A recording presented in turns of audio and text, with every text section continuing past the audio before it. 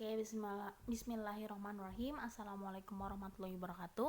Nama saya Eva Komaria, saya dari PBA 4A. Di sini saya akan mengemukakan sedikit tentang metode Mubasyiroh. Apa sih metode Mubasyiroh itu? Kita bahas secara detail sedikit demi sedikit. Oke. Latar belakang dari metode Mubasyiroh ini ditemukan pada akhir abad ke-19 dan awal abad ke-20. Namun beberapa studi telah mengemukakan bahwa metode ini ditemukan pada abad ke-17 oleh John Locke. Nah, namun karena tidak adanya pengikut dan tidak banyak kegunaannya dalam pembelajaran, metode ini pun sedikit digunakan. Dan pada abad ke-19, Prancis telah menemukan atau mendengar metode ini, lalu Prancis menerapkan pada sekolah-sekolah umum sebagai pembelajaran bahasa. Dari tujuan metode Mubasyiroh sendiri, yang pertama ada belajar bahasa kedua. Nah, di sini dalam metode Mubasyiroh lebih banyak belajar bahasa kedua ketimbang bahasa ibu. Dan tujuan yang kedua adalah menjauhkan dari pemakaian bahasa ibu. Jadi lebih memprioritaskan tentang bahasa kedua. Yang ketiga adalah lebih banyak menggunakan aspek-aspek lisan ketimbang aspek-aspek tulisan. Dan yang keempat, metode ini menggunakan 4 aspek keterampilan bahasa, yaitu qiraah, kitabah, istima, wal kalam. Oke, yang kelima, metode ini termasuk metode pembelajaran, bukan metode pengajaran. Jadi, dalam metode pembelajaran ini, siswa atau murid juga ikut berpartisipasi dalam pembelajaran tersebut. Dan yang keenam, untuk memperhatikan pengajaran kosakata dan prosa umum yang berkaitan dengan kegiatan sehari-hari.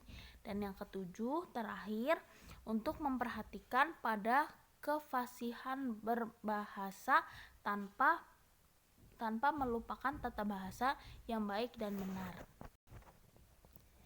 Dari tujuan-tujuan tersebut, metode Mubasyiroh juga mempunyai karakteristik, yaitu karakteristik yang pertama ialah dalam metode ini lebih memprioritaskan tinggi pada keterampilan berbicara. Dan yang kedua, basis pembelajarannya terfokus pada teknik demonstratif, menirukan, dan menghafal langsung. Jadi di dalam metode ini lebih memprioritaskan tentang berbicara, yaitu saat sang guru bertanya, sang murid pun langsung menjawab. Jadi lebih ke menghafal langsung dan juga teknik menirukan atau demonstratif juga. Nah, yang ketiga, lebih mengelakkan jauh-jauh dari penggunaan bahasa ibu pada sang pelajar. Jadi lebih memprioritaskan kepada bahasa kedua daripada bahasa ibu. Dan yang keempat, kemampuan komunikasi lisan dilatih secara cepat melalui tanya jawab yang terencana dalam pola interaksi yang bervariasi. Seperti yang tadi telah dikemukakan bahwa dalam metode ini terfokus pada peniruan, teknik demonstrasi, peniruan atau menghafal langsung. Jadi karakteristik tersebut lebih menggunakan komunikasi lisan yang bertujuan tanya jawab secara langsung. Sang guru bertanya dan sang murid pun menjawab, karena di sini lebih memprioritaskan aspek bahasa, aspek berbicara. Nah, yang kelima terakhir, interaksi antar guru dan murid lebih terjalin secara aktif. Sang guru memberikan stimulus dengan contoh-contohnya atau dengan pertanyaan-pertanyaan, dan sang murid pun berperan aktif dalam menjawab pertanyaan guru atau menirukan apa yang dipraktekkan guru atau langsung memperagakan secara langsung. Namun, dalam metode ini juga memiliki kelemahan-kelemahan. Karena metode ini lebih memprioritaskan tentang berbicara, jadi dalam metode ini sangat lemahnya dalam fokus membaca. Karena sang murid atau sang pelajar hanya diprioritaskan untuk langsung menjawab atau untuk langsung berbicara, memperagakan tanpa harus membaca.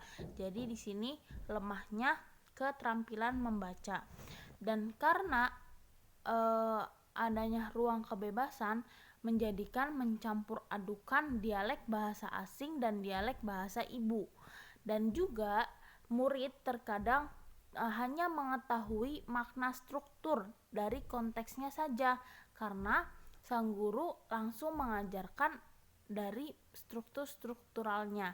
Dan yang keempat, modelnya pelatihan menggunakan teknik menirukan dan menghafal kata atau kalimat. Maka metode ini kadang menghadirkan kebosanan, apalagi kepada orang-orang dewasa, karena hanya untuk metode-metode menirukan secara langsung, dan pastinya ini termasuk metode yang membosankan, apalagi untuk orang-orang dewasa seperti kita. Oke? Dan juga peran guru dan peran siswa di sini. Peran guru di sini itu berperan aktif untuk memberikan stimulus kepada sang anak, memberikan pertanyaan atau memberikan contoh-contoh kepada sang murid.